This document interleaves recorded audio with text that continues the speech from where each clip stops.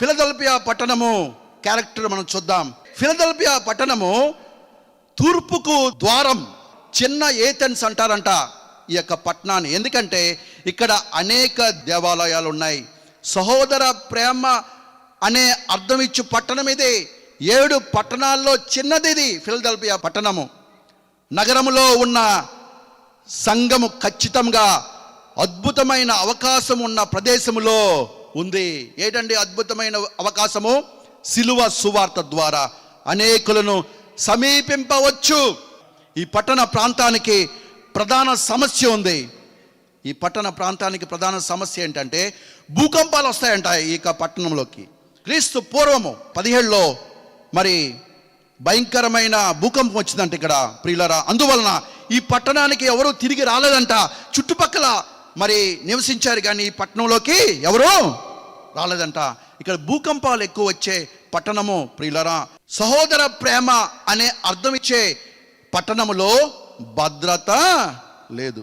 ఈ పట్టణంలో భయము అక్కడ ఉండాలంటే మరి సేవకు మంచి అవకాశం ఉంది కానీ అక్కడ భద్రత లేదు. ఖచ్చితంగా క్రైస్తవుడికి సహోదర ప్రేమ ఉండాలి. మంచిది. ప్రభువునకు బోధించిన ప్రకారము, ప్రభువు మనకు బోధించిన ప్రకారము ఒకరినొకరు మనము ప్రేమించాలి. సహోదర ప్రేమ ఉండాలి. ఒకరినొకరు మనము ప్రేమించాలి. 1 యోహాను 4:19 చూచినట్లయితే తండ్రి మనల్ని ప్రేమిస్తున్నాడు. 1 యోహాను 4:19 తండ్రి మనల్ని ప్రేమిస్తున్నాడు. యోహాను సువార్త 13:34 చూచినట్లయితే కుమారుడైన దేవుడు కూడా ప్రేమిస్తున్నాడు మనల్ని. రోమీయులు రాసిన పత్రిక 5:5 చూచినట్లయితే పరిశుద్ధాత్మ దేవుడు కూడా మనల్ని ప్రేమిస్తున్నాడు. మంచిదే. తండ్రి, కుమార, పరిశుద్ధాత్మ త్రియేక దేవుడు మనల్ని ప్రేమిస్తున్నాడు. హల్లెలూయా, హల్లెలూయా. దేవుణ్ణి ప్రేమించడం సరిపోదంట. దేవుణ్ణి ప్రేమించడం సరిపోదు.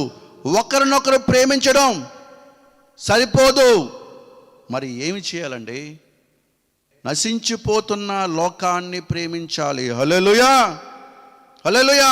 దేవుణ్ణి ప్రేమించాలి, ఒకరినొకరు ప్రేమించాలి. మంచిదే. అంతేకాకుండా నశించిపోతున్న వారిని ప్రేమించాలి. ఎందుకంటే ప్రభువు నశించిపోతున్న వారిని వెదక రక్షించుటకు మనిషి కుమారుడు వచ్చాడు. ఏ ఒక్కరూ కూడా నశించిపోకూడదని ఆయన సిలువలో రక్తం కార్చి ప్రాణం పెట్టాడు. ప్రియులరా, ఫిలదెల్ఫియా సంఘానికి నశించిపోతున్న లోకాన్ని, సువార్త సత్యాన్ని తెలియచేయాలని దృష్టి ఉంది. ఆ దృష్టి మనకు ఉందా? ప్రశ్న. ఫిలదెల్ఫియా సంఘానికి నశించిపోతున్న లోకాన్ని, సువార్త సత్యాన్ని తెలియచేయాలని దృష్టి ఉంది. మనకు అటువంటి దృష్టి ఉందా? ప్రియులారా, యేసుక్రీస్తు ఈ సంఘానికి ఏ విధంగా పరిచయం చేసుకున్నాడు చూద్దాం. యేసుక్రీస్తు ఈ సంఘానికి ఏ విధంగా పరిచయం చేసుకుంటున్నాడు? పరిశుద్ధుడు, సత్యస్వరూపి, దావీదు తాళపు చెవి కలిగి, ఎవడును వేయి లేకుండా తీయువాడును, ఎవడు తీయు లేకుండా వేయువాడు అని సంఘానికి పరిచయం చేసుకున్నాడు. ప్రియులరా, ఆయన టెండెన్సీస్ వివరించట్లేదు. దేవుడు ఏమై ఉన్నాడో, హిస్ వెరీ బీయింగ్ గురించి చెప్తున్నాడు. హిస్ వెరీ బీయింగ్ గురించే పరిచయం చేస్తున్నాడు. తాళాలు, తలుపులు ఆయన చేతిలో ఉన్నాయి. తాళాలు, తలుపులు. మరి ఆయన శక్తి, అధికారము చేర్చుకోవడానికి నిరాకరించే అధికారాన్ని తెలియజేస్తుంది. తాళాలు, తలుపులు అంటే ఇంకేదో అనుకోకండి. తాళాలు, తలుపులు ఆయన చేతిలో ఉన్నాయంట. ఎవరినైనా చేర్చుకోవాలన్నా, ఎవరినైనా నిరాకరించాలన్నా ఆయనకి అధికారము ఉంది. ప్రియులారా, తలుపులు తెరవడానికి, ముయ్యడానికి అధికారము కలిగిన వాడు. ఎవడును వేయలేకుండా తీయువాడు, ఎవడు తీయలేకుండా వేయువాడు. ఆయన తీస్తే ఎవడు ముయ్యలేడు. తలుపులు ఆయన తెరిచాడు కనుక ఈరోజు కార్యం జరిగింది. ప్రియులరా, ఇది సత్యమిదే. హల్లెలూయా. దేవుని యందు భయభక్తులు కలిగి ఉంటే నిన్ను నన్ను వాడుకుంటాడు. ఎస్, భయభక్తులు ఉండాలి అంటే మన హృదయంలో ప్రభు ఉండాలి. ఎస్, మన హృదయంలో ప్రభు ఉండాలి. ఎంతమంది చెప్తారో ఈరోజు నా హృదయంలో ప్రభు ఉన్నాడని? ఎంతో కాలం నుంచి ఇక్కడ క్రైస్తవులుగా ఉన్నాం. ప్రియులారా, మన ప్రభు ఎలా ఉంటాడంటే చూద్దాం. సత్య స్వరూపి అయిన పరిశుద్ధుడిగా పరిచయం చేసుకున్నాడు సంఘానికి. ఎలా పరిచయం చేసుకున్నాడండి? సత్య స్వరూపి అయిన పరిశుద్ధుడిగా పరిచయం చేసుకున్నాడు. పరిశుద్ధుడు అంటే దేవుడు, దేవుడు అంటే పరిశుద్ధుడు. మనం ఆరాధిస్తున్న దేవుడు పరిశుద్ధుడు. మనం అపవిత్రంగా ఉంటే సూట్ అవుతుంది ఏమండి? ఏమైనా సూట్ అవుతుందా? మా దేవుడు పరిశుద్ధుడండి, నేను అపవిత్రంగా ఉన్నానండి, సూట్ అవుద్ది ఏమన్నా? ప్రభు ఏమని పరిచయం చేసుకున్నాడంటే సత్య స్వరూపి అయిన పరిశుద్ధుడు. యేసుక్రీస్తు అతని క్యారెక్టర్లో పరిశుద్ధుడు. మన క్యారెక్టర్ పరిశుద్ధంగా ఉండాలి ప్రియులారా. యేసుక్రీస్తు అతని మాటల్లో పరిశుద్ధుడు, మన మాటల్లో పరిశుద్ధత ఉండాలి ప్రియులారా. యేసుక్రీస్తు అతని చర్యలలో పరిశుద్ధుడు, మన క్రియలలో చర్యల్లో పరిశుద్ధత ఉండాలి. ఎస్, యేసుక్రీస్తు అతని ఉద్దేశాల్లో పరిశుద్ధుడు. మన ఉద్దేశాలు కూడా ఏ ఉద్దేశంతో మనం పనిచేస్తున్నామో అది కూడా పరిశుద్ధంగా ఉండాలి. ఆయన దేవుడు చూస్తాడు. మన ఉద్దేశాలు పరిశుద్ధంగా ఉండాలి. తలంపులు, క్రియలు, ఊహలు పరిశుద్ధంగా ఉండాలి. ఎందుకంటే మన దేవుడు పరిశుద్ధుడు. ఏం చేస్తామండి? మన దేవుడే పరిశుద్ధుడు, సత్యస్వరూపి అయిన పరిశుద్ధుడు అంటున్నాడు. ఆయన క్యారెక్టరు, మాటలు, చర్యలు, ఉద్దేశాలు పరిశుద్ధమైనవి. ప్రియులారా, మన క్యారెక్టరు, మాటలు, చర్యలు, ఉద్దేశాలు పరిశుద్ధంగా ఉండాలి. ఎస్, యేసుక్రీస్తు పరిశుద్ధుడిగా ప్రతి దాని నుండి ప్రత్యేకించుకున్నాడు. దేవుడు మనల్ని క్రైస్తవులుగా లోకం నుంచి పిలిచాడు, లోకం నుంచి వేరు చేశాడు. ఆయన కొరకు ప్రత్యేకించుకున్న పరిశుద్ధమైన జనాంగంగా పిలిచాడు మనల్ని. ప్రియమైన దేవుని బిడ్డలారా, మనల్ని లోకంలో ఎక్కడున్నా ఎవరితో రాజీ పడకూడదు. మనల్ని మనం ప్రత్యేకించుకోవాలి. ఎస్, నేను పరిశుద్ధుడను, ఎందుకంటే మా దేవుడు పరిశుద్ధుడు కాబట్టి నేను చాలా జాగ్రత్తగా ఉండాలి. ఎవరు పడితే వాళ్ళతో రాజీ పడిపోయి, ఎవరు పడితే వాళ్ళతో కలిసిపోయి, ఎవరి మాటలైతే విని వాళ్ళ మాటలు చేస్తే పరలోక సంబంధమైన పౌరుల లక్షణము కాదు అది. యేసుక్రీస్తు సత్యమై ఉన్నాడు, సత్య స్వరూపి అయి ఉన్నాడు. ఆయన సత్యము అంటే యథార్థమైన వాడు. యేసుక్రీస్తు అసలైన వాడు, జెరాక్స్ కాపీ కాదండి. నిజమైన దేవుడు, తయారు చేయబడింది కాదు. యేసుక్రీస్తే, ఆయన మాత్రమే నిజమైన దేవుడు. ఎలా చెప్తున్నామండి యేసుక్రీస్తే నిజమైన దేవుడు అంటే? సృష్టి ఆయనకు లోబడుతుంది. హల్లెలూయా! సృష్టి ఆయనకు లోబడుతుంది. అటువంటి గొప్ప నిజమైన దేవుడు యొక్క మనం ఆరాధిస్తున్నాం. ఎంత భాగ్యం అండి! ఆయన కలిగిన నరులు ధన్యులు. డబ్బున్నోళ్ళని ధన్యత ఆశీర్వదింపబడిన వాళ్ళు అనట్లేదు. జ్ఞానం ఉంటే కాదు, ఆస్తులు అంతస్తులు ఉంటే కాదు, పేరు ప్రతిష్టలు ఉంటే కాదు, ఇన్ఫ్లుయెన్స్ ఉంటే ధన్యులు అనలేదు. ఆయన్ని కలిగి ఉన్నవాడు ధన్యుడు, అంతే. హల్లెలూయా! ప్రియమైన దేవుని బిడ్డలారా, ప్రభు ఈ ఫిలదెల్ఫియా సంఘానికి సేవ చేయడానికి గొప్ప అవకాశం ఇచ్చాడంట. ఏంటంటే యేసుక్రీస్తు తలుపు తెరిచాడు కాబట్టి చేయబడుతున్న సువార్త వలన వచ్చే ఆ యొక్క మహిమ ఆయన పొందుకుంటాడంట. ప్రియమైన దేవుని బిడ్డలారా, సంపద ద్వారా కానీ, పులిపేట మీద ఉన్న వాక్ చాతుర్యం బట్టి కాదు కానీ, పేరుగాంచిన సంగీత కళాకారులు బట్టి కానీ సమర్థవంతమైన సేవ పరిచర్య ఇవ్వలేదు. చాలామంది ఏమనుకుంటారంటే డబ్బు వలన సువార్త చేయవచ్చు అనుకుంటారు. మంచి కళాకారులను తెస్తే సువార్త చేయొచ్చు అనుకుంటారు. కానీ ప్రభువు ఒక్కడే తెరిచాడు తలుపు. ప్రభువు ఒక్కడే పెరుగుదల ఇస్తాడు.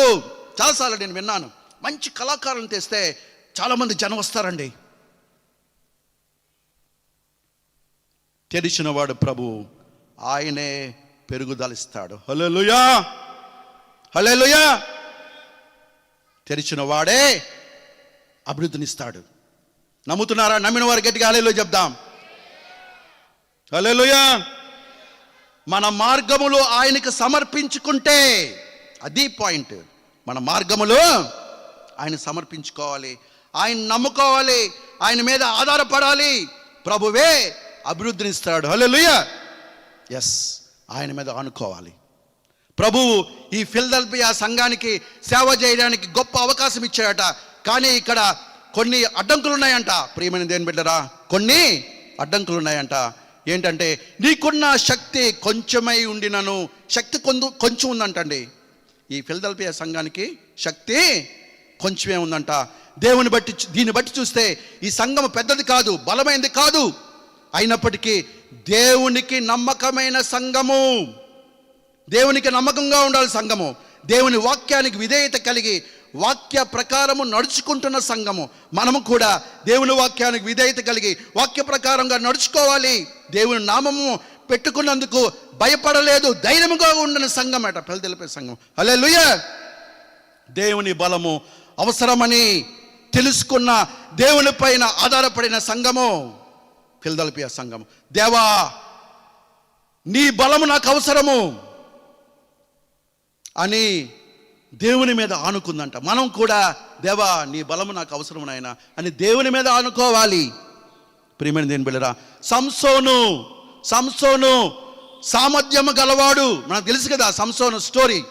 కానీ సామర్థ్యం ఉంది, కానీ దేవునిపై ఆధారపడడంలో నిర్లక్ష్యం చూపించాడు. సంసోను ఏం చేశాడు?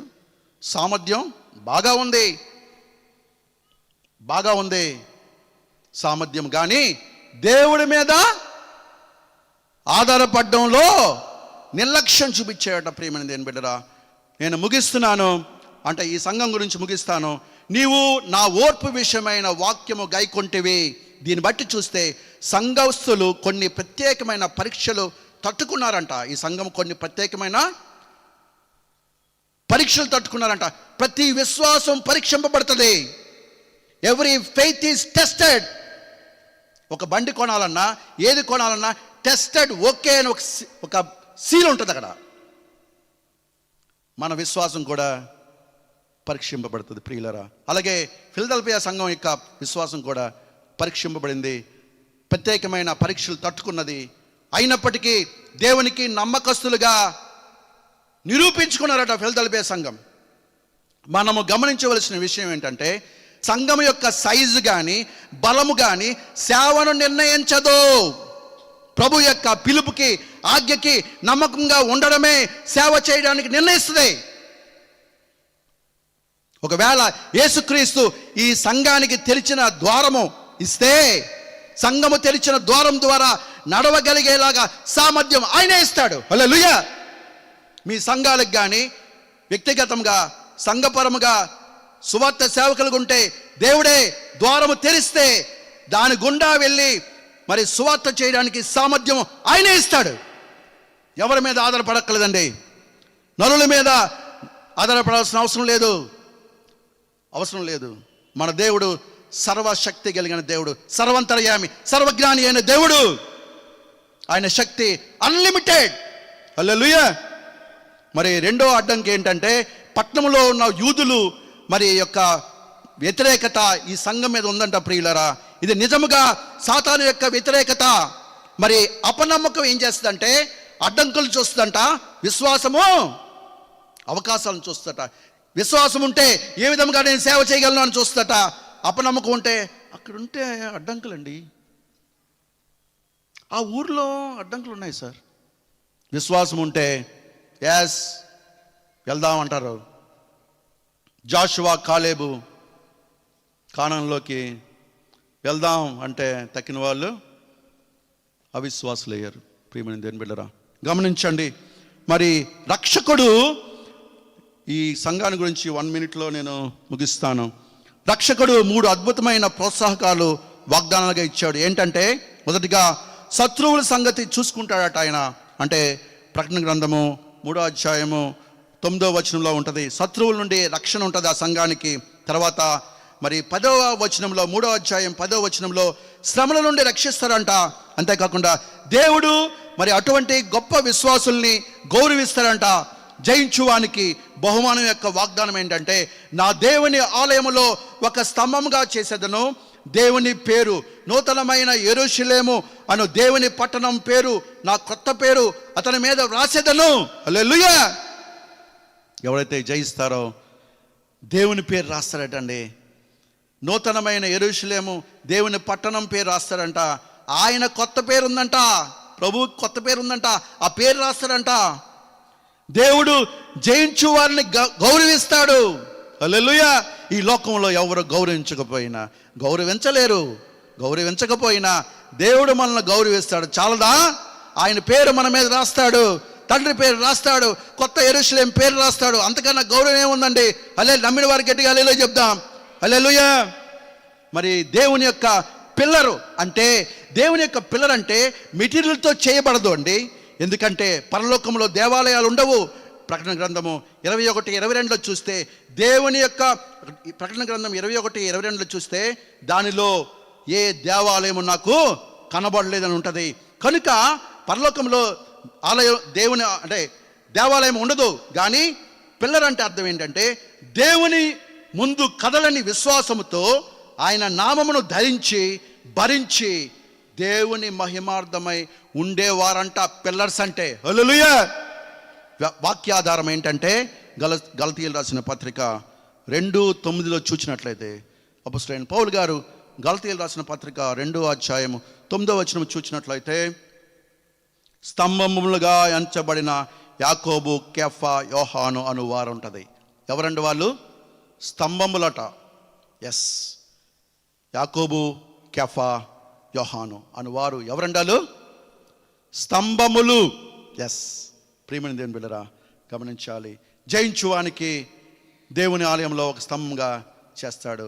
దేవుని పేరు మరి యెరూషలేము కొత్త పట్టణం, దేవుని పట్టణం పేరు, మరి దేవుని యేసు ప్రభు యొక్క కొత్త పేరు వారి మీద రాస్తాడు. వాళ్ళు గౌరవిస్తారట.